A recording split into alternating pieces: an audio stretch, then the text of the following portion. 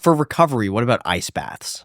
So is that worth it? I look at that. I've never done it before. So I have one. Yeah. I kind of like love them. I don't do them all the time, especially in the winter. It's fucking hot. It's 20 degrees outside. Yeah, and you can understand why I don't want to get in there. You walk outside, it's your damn ice bath. Yeah. I would say ice baths are great for reducing inflammation, dealing with stress.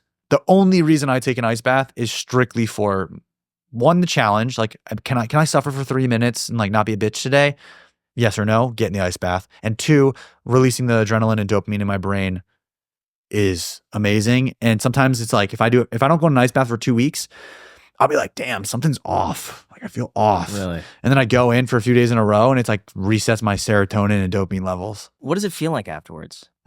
But all right, so the first time I ever did First time I ever did it was with Liver King. And I went in for 30 seconds. I got out and I was like, I feel like I just had an orgasm. But it's like, I mean, I've literally never tried any drugs besides like marijuana when I was like 16 or something. I feel old as fuck or saying marijuana. Like I smoked pot when I was a kid, like twice, or a teenager, I should say. So outside of that and like a few shots of alcohol, you know, every once in a while, I have no idea what drugs it feel like, but I would imagine this is what like cocaine would feel like. Like walk us through for someone who's never done it. Like me. Okay.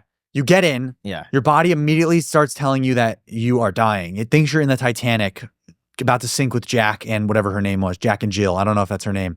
And your body is sending signals to your brain thinking, I'm in the Arctic, about to drown in this cold water. So what does it do? When your body goes in fight or flight, like when your body's about to die, if I held a knife to you and you really thought you're going to die, your adrenaline's going to shoot up because you become hyper aware of what's going on to hopefully fend off the bad guy or bad thing or the water. And so your body shoots that signal at some point.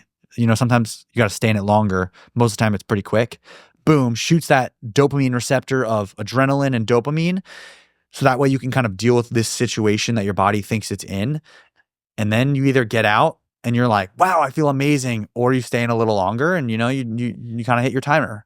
Okay, so I could be completely wrong here. And this could be a lot of like pseudoscience. So if you're a doctor, feel free to comment. We'll like it up. Everyone can watch this comments. But I feel like I've heard that putting yourself forcefully into fight or flight over and over again, which is essentially, I think, what you're saying, is not a good thing because, yeah, sure, it's epinephrine and it's like motivation and dopamine. Like it can really get you going. Kind of the same as like Adderall insofar as it can like age you a little bit. Because it's like heard that and it sounds very like intuitive. It sounds right. Like, but it could be wrong. As a hypothesis, it's like, you know, it sounds reasonable. I'd love to see the evidence on that because you are putting yourself, you're tricking your brain into I'm dying over and over and over. So it might do something, you know, but then it also might, maybe it's doing something good. We just don't know.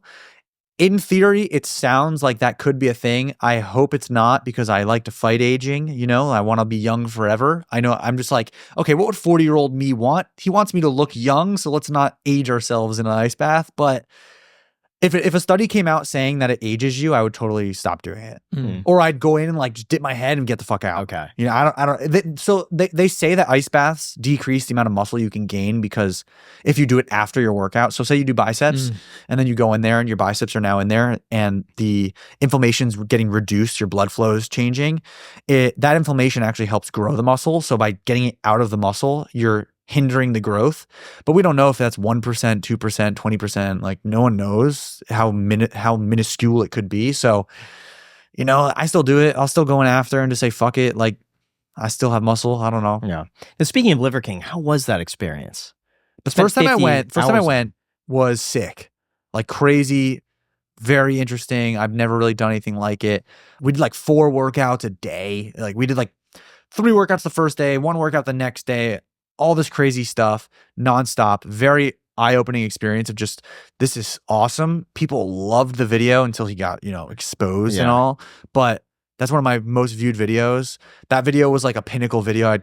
I'd say like, we got to make more videos like that. I think that's how I found your channel initially. Dude, I think it might have been me too. Yeah. No, that video, that and the fake weights versus Larry Wheels were like, people in grocery stores starting being like, are you the fake weights guy? Are you the Liver King guy? Like I'm on a plane. I remember this. Yeah. And it's maybe a few months after it. I'm looking over and this kid is playing the video on a plane. I think he looked at me and like found me or something and then was watching it. And I was like, what the hell, bro? That was now that can happen here and there. You know, it's not like it's not the first time I've seen it, but I remember being like, People are starting to know me now. What do you think about Liver King? Obviously, he got canceled very hard, and he gets a lot of hate. I know him in a brief 72 hours total that I've ever been around him.